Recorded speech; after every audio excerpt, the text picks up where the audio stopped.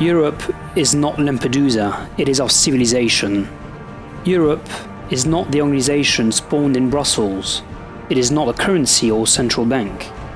Europe is not a globalized environment without borders. Europe is neither an African world nor a land of Islam. Europe is neither ugliness nor non-art. Europe is the continent of Europeans. Europe has a history spanning many millennia and is over 700 million Europeans strong. Europe is an identity, the European and Christian civilization. Europe is made of Greek temples, Roman aqueducts and theatres, Romanesque chapels, Gothic cathedrals, Renaissance palaces, vast town squares, Baroque churches, classical-style castles, Art Nouveau buildings. Europe has wild shores, majestic mountains and peaceful rivers. Europe is the feeling of nature. Europe is a patchwork of landscapes shaped by men, from the polders to bocage, from the meadows to terraced fields. Europe is the land where apple and olive trees grow, as well as vines and hops. Europe is not the land of industrial food, but on the contrary is the land of gastronomy, which expresses itself through oil and butter, wine and beer, bread and cheese, sausage and ham.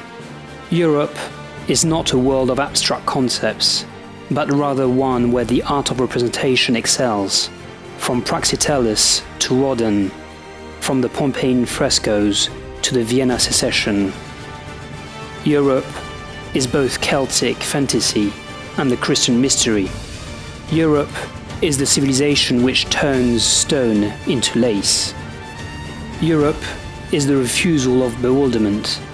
It is the culture which invented polyphonic choirs and symphonic orchestras. Europe is not the world of Belphegor, but rather is the civilization which honors women as a goddess, a mother, or a warrior. Europe is the culture of chivalry and courtly love. Europe is not about surveillance, but rather is the land of liberty, Greek citizenship, the Roman Forum, the English Magna Carta from 1215, all the cities and private universities of the Middle Ages, the awakening of the nations in the 19th century. Europe is a literary and mythological heritage. Homer, Virgil, Hesiod, the Eddas, the Nibelungen Lied, and the Arthurian Circle. It is also Shakespeare, Perrault, and Grimm. Europe is also about inventions and conquests. Leonardo da Vinci and Gutenberg, the caravels, hot air balloons, the beginnings of aviation, and Ariane. It is also bridges across the seas. Europe incarnates itself in those heroes who defended over the centuries. It is Leonidas and his 300 Spartans saving Greece from Asia, Scipio Africanus preserving Rome from Carthage, Charles Martel pushing the Arab invasion away, Godfrey of Bouillon freeing the Holy Land and creating the Frankish kingdom of Jerusalem. It is also Ferdinand of Aragon and Isabella of Castile releasing Granada, Ivan the Terrible pushing the Mongols away from the Holy Russia, and it is Don Juan of Austria defeating the Turks at Lepanto.